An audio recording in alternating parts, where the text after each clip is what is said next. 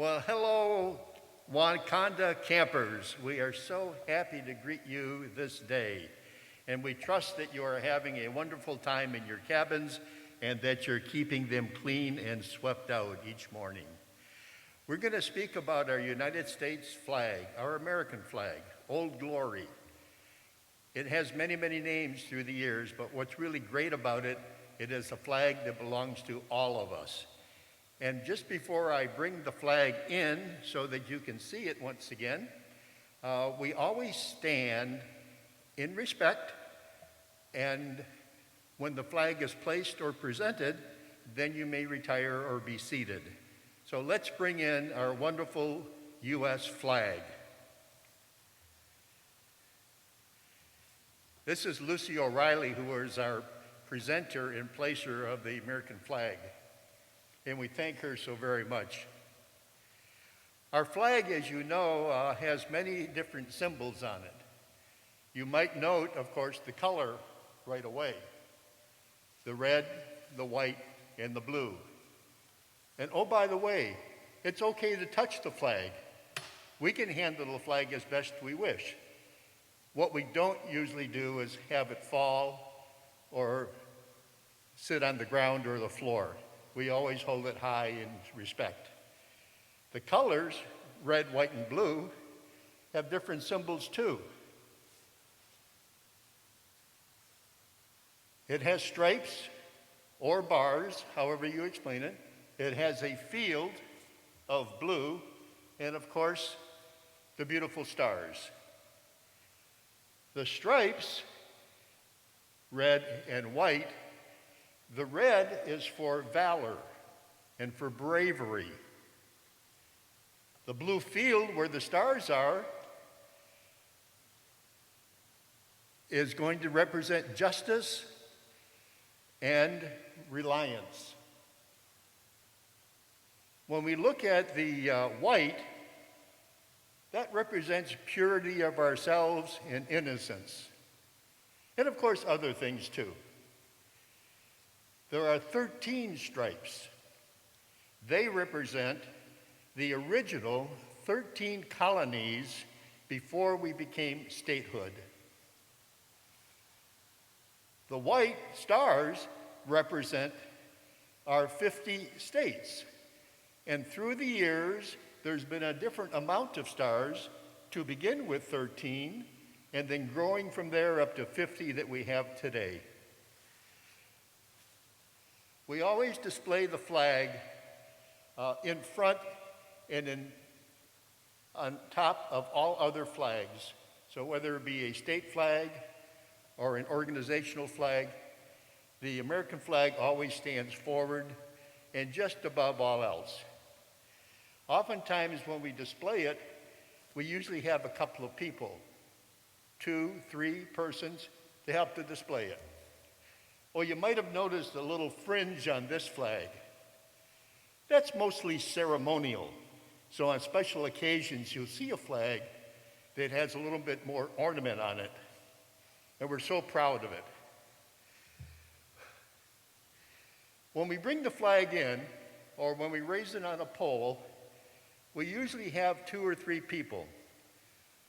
1 or 2 to hold the flag above the ground, perhaps to even unfurl it or open it up, and then place it on the rope or lanyard as it is raised to the high point of a flagpole. And we always raise it smartly, excitingly, and with a great amount of admiration. On the other side of that, when we lower it at night, we should have 3 people also. 1 to lower the lanyard or the rope, a couple of others to kind of like gather in the flag as it comes down so that it doesn't touch the ground. And we do that usually with great reverence. Not so much too slow, but just a nice pace so that we show it in half respect. Sometimes you'll notice as you are driving along, some flags are flying at half-mast or halfway down the pole. That is done on special occasions or sometimes in some grief or trouble that we all want to share. Uh, I would ask you this in a bit of a riddle. There is one flag, an American flag, that is not lowered and has never been lowered to half-mast. Could you tell me where that flag is located? I'll give you the answer later in the program. Right now, in the morning, when the flag is brought out, it's brought out at a time that is known as reveille. Reveille is usually in the morning and a call to duty. And this goes back to times when we had no loudspeakers, we had no cell phones, we had no other forms of communication, and this was designed and built around a trumpet or a bugle that used to play reveille. So in the morning we hear reveille. And do you remember how that sounds? Oh, let me use my special horn here. A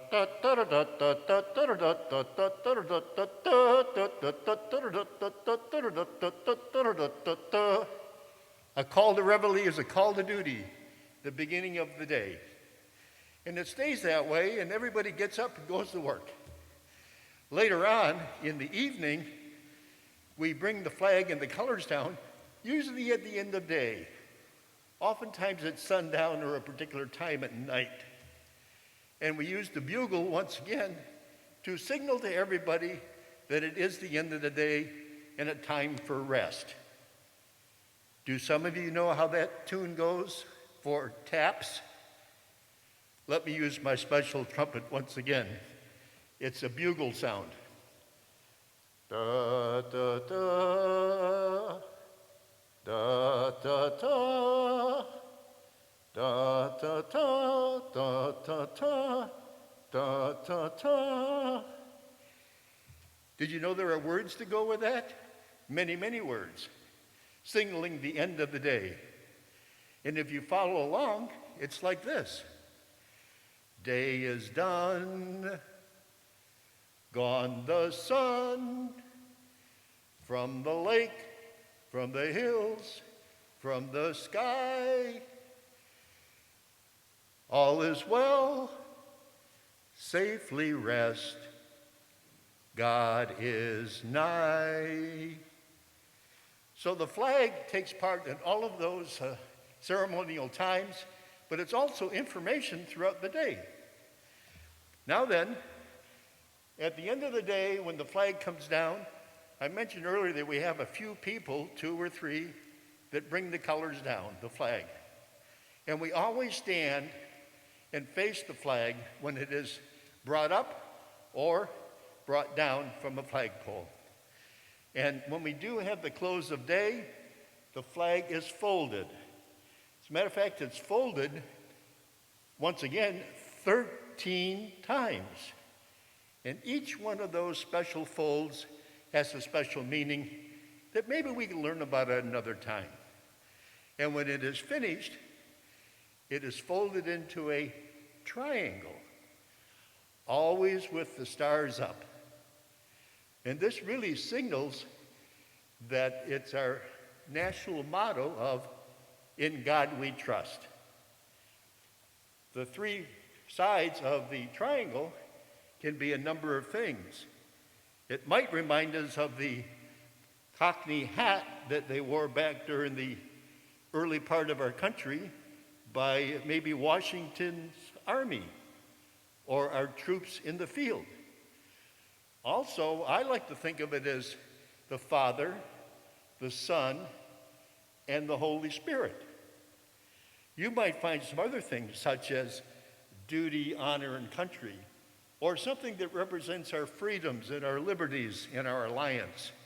So many reasons to look at this as a symbol, and when it's put to rest at night, it's always kept nice and clean, it's always done reverently, and it's always stowed away until the following morning. Now, we'd like to do the Pledge of Allegiance also. And when the Pledge of Allegiance to our flag is presented, everybody should usually rise and stand facing the flag or sometimes the music. and also put their right hand over their heart. So why don't we all rise together, and why don't we face the flag with pride and admiration and thankfulness for our freedoms and our liberties. And with our right hand over our heart, we say, I pledge allegiance to the flag of the United States of America and to the republic for which it stands, one nation, under God, indivisible, with liberty and justice for all. And you may be seated.